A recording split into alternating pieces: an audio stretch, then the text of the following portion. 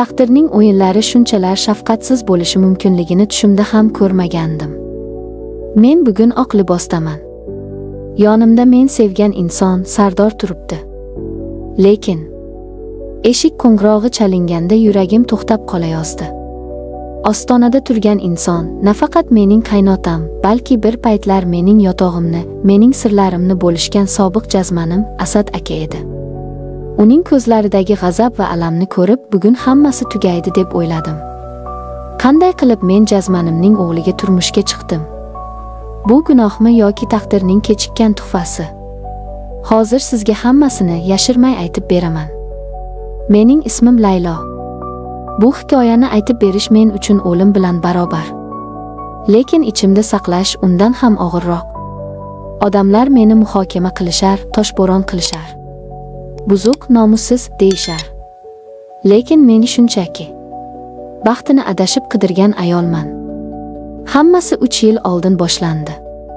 O'shanda men hayotning achchiq zarbalaridan charchagan, moliyaviy qiyinchiliklar ichida qolgan yosh ayol edim.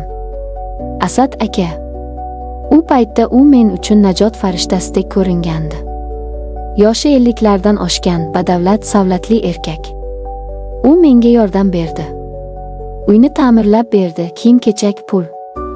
Men bularning evaziga nima berishim kerakligini bilardim va rozi bo'ldim. Bizning munosabatimiz jazmanlik deb atalardi. Uning oilasi bor edi, lekin u meni yashirincha saqlardi.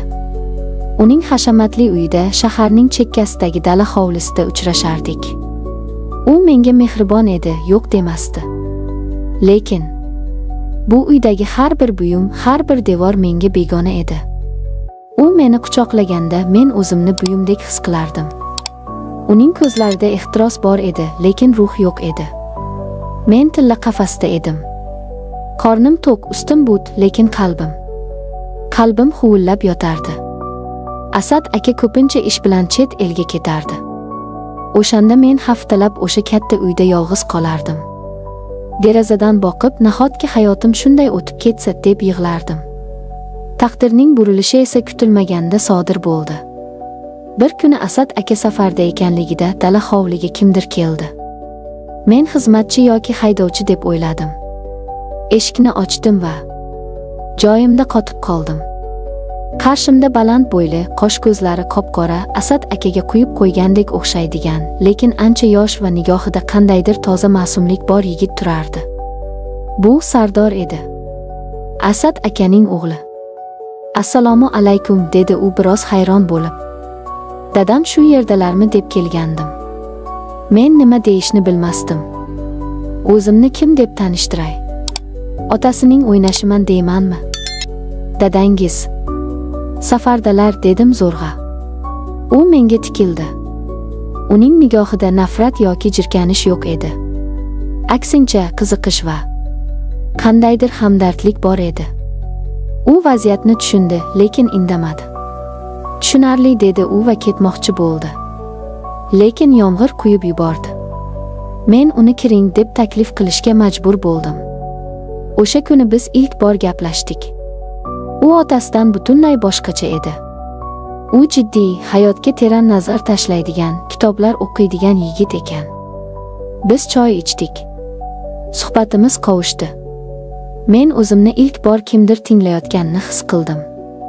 U mening tanamga emas, ko'zlarimga qarab gapirardi. Vaqt o'tgan sayin u tez-tez otamni so'rab keladigan bo'ldi. Aslida ikkimiz ham bilardik, u men uchun kelardi. Bizning nigohlarimiz to'qnashib qolganda havoda chaqmoq chaqqandek bo'lardi. Bu shunchaki shahvat emasdi. Bu ikki yolg'iz qalbning bir-birini topishi edi. Bir kuni kechqurun Asad aka yana safarda edi. Sardor keldi. Yomg'ir sharros quyar, tashqarida momaqaldiroq gumburlardi. Mehmonxonada o'tirardik. Chiroq o'chib qoldi. Sham yorug'ida uning yuzi yanada jozibali ko'rindi. Oramizda sukut hukm surdi. Bu og'ir, ammo shirin sukut edi. Men uning yoniga o'tirdim. Yuragim ko'kragimni yorib chiqay derdi. Laylo, dedi u pichirlab. Bu ism uning tilida shunchalar chiroyli yangradiki. U asta qo'limni tutdi. Asad akaning qo'llari sovuq va talabchan edi. Sardorning qo'llari esa issiq, titroq va mehrli edi. Bu oddiy teginish emasdi. Bu yurakdan chiqayotgan ehtiros edi. Bu noto'g'ri dedim men, lekin qo'limni tortmadim. Yurak tanlovda adashmaydi, dedi u va ko'zlarimga tikildi. O'sha oqshom biz chegaralarni buzdik. Biz bir-birimizga yillar davomida yetmay kelgan iliqlikni berdik. Men o'zimni ilk bor ayoldek sevilgan va ardoqlangan insondek his qildim. Bu xiyonatmidi? Ha, otasiga nisbatan xiyonat edi. Lekin o'z qalbimga nisbatan bu eng to'g'ri qaror edi. Biz yashirincha ko'risha boshladik. Sevgi bizni butunlay o'z domiga tortdi. Men har safar Asad aka bilan gaplashganimda vijdonim qiynalardi.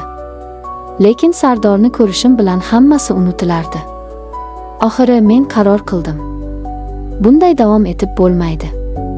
Men Asad akaga qo'ng'iroq qildim. Hammasini tugatamiz. Men boshqa hayot boshlamoqchiman, dedim. U hayron bo'ldi, g'azablandi, tahdid qildi, lekin men qat'iy turdim. Aloqani uzdim. Sardor bilan munosabatlarimiz jiddiylashdi. U mening o'tmishimni bilardi, otasi bilan bo'lganimni bilardi. Lekin u shunchalik mard ediki, mening otam seni qadrlamadi, men esa seni baxtli qilaman, dedi. Biz turmush qurishga qaror qildik. To'yimiz kamtarona o'tdi. Sardor otasiga uylanayotganini aytgan, lekin kelin kim ekanligini aytmagan ekan. Asad aka safarda bo'lgani uchun to'yga kelolmadi. Bu biz uchun yengillik bo'ldi. Biz baxtli edik. Sevgi va ehtirosga to'la yangi hayot boshladik. Lekin har qanday sir bir kun ochiladi. To'yimizdan bir hafta o'tib eshik taqilladi. Kechki payt edi. Sardor ishda edi. Men eshikni ochdim. Ostonada Asad aka turardi. Uning qo'lida katta sovg'a qutisi bor edi. U o'g'lini va yangi kelinni tabriklagani kelgandi. Meni ko'rib, uning yuzidagi tabassum muzlab qoldi. Qo'lidagi quti yerga tushib ketdi. Dahshatli sukunat. Uning nigohi o'zgardi. Unda hayrat, g'azab, nafrat va o'z mulkini yo'qotgan odamning chorasizligi bor edi. Sen, dedi u xirillab. Sen, mening o'g'lim. Men devorga suyanib qoldim. Oyoqlarim qaltirardi. Lekin shu payt ichimda qandaydir kuch uyg'ondi. Men endi uning o'ynashi emasdim. Men qonuniy nikohdagi ayol edim. Ha, dedim boshimni ko'tarib. Men endi Sardorning ayoliman. Sizning keliningizman. U bir qadam oldinga tashladi. Ko'zlari qonga to'lgan edi. Qanday jur'at qilding? U mening o'g'lim-ku. Sen meniki eding. Men hech qachon sizniki bo'lmaganman, dedim qat'iy. Siz meni sotib olgandingiz. Sardor esa u menga yuragini berdi. Shu payt Sardor kelib qoldi. Otasi va xotinini bir-biriga qarama-qarshi turganini ko'rdi. Asad aka o'g'liga qaradi. Bilarmiding, so'radi u og'ir ovozda. Bilardim, dada, dedi Sardor otasining ko'ziga tik qarab. Men uni sevaman. U endi mening oilam. O'tmish o'tmishda qoldi. Asad aka uzoq vaqt bizga tikilib turdi. Uning yelkalari cho'kdi. Bir paytlar mag'rur bo'lgan erkak birdan qarib qolgandek tuyuldi. Men seni yo'qotdimmi, deb so'radi u mendan, ovozi sinib. Siz meni hech qachon to'liq egallamagan edingiz, dedim sekin. U burilib, indamay chiqib ketdi. O'sha tunda biz uxlamadik. Sardor meni quchoqlab, qo'rqma, biz yengamiz, deb chiqdi. Oradan oylar o'tdi. Biz Asad akadan xabar olmadik. U uydan chiqmay qo'yibdi deb eshitdik. Biz baxtli edik, lekin yuragimning bir chekkasida baribir g'ashlik bor edi. Nima bo'lganda ham u erimning otasi edi. Biz uni sindirib qo'ygandek edik. Men Asad akaga achina boshladim. U yomon odam emasdi, faqat sevgini pul bilan o'lchaydigan baxtsiz inson edi. Bir kuni kutilmagan mehmon eshikni taqillatdi. Bu edi Asad aka. Lekin bu safar u boshqacha edi. Mag'rur nigohlar yo'qolgan, ko'zlari tinch, yuragi yengilroq edi. Qo'lida nevarasi bo'lajak chaqaloq uchun men homilador edim, sovg'alar bor edi. Kirsam maylimi, so'radi u ostonada turib. Men Sardorga qaradim. Sardor jilmayib bosh irg'adi. Keling, dada, dedim men ham, dada so'zini birinchi marta ishlatib. Shu kundan boshlab hayotimiz o'zgardi. Biz g'alati, lekin mukammal oilaga aylandik. Jazmanim endi mening qaynotam edi. U bizni hurmat bilan kuzatardi. O'tmishni hech qachon yuzimga solmadi.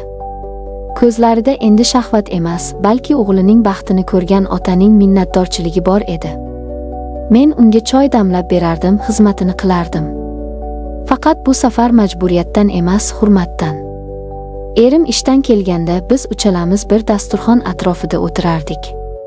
Tashqaridan qaragan odam bizning o'tmishimizda qanday sirlar borligini xayoliga ham keltira olmasdi.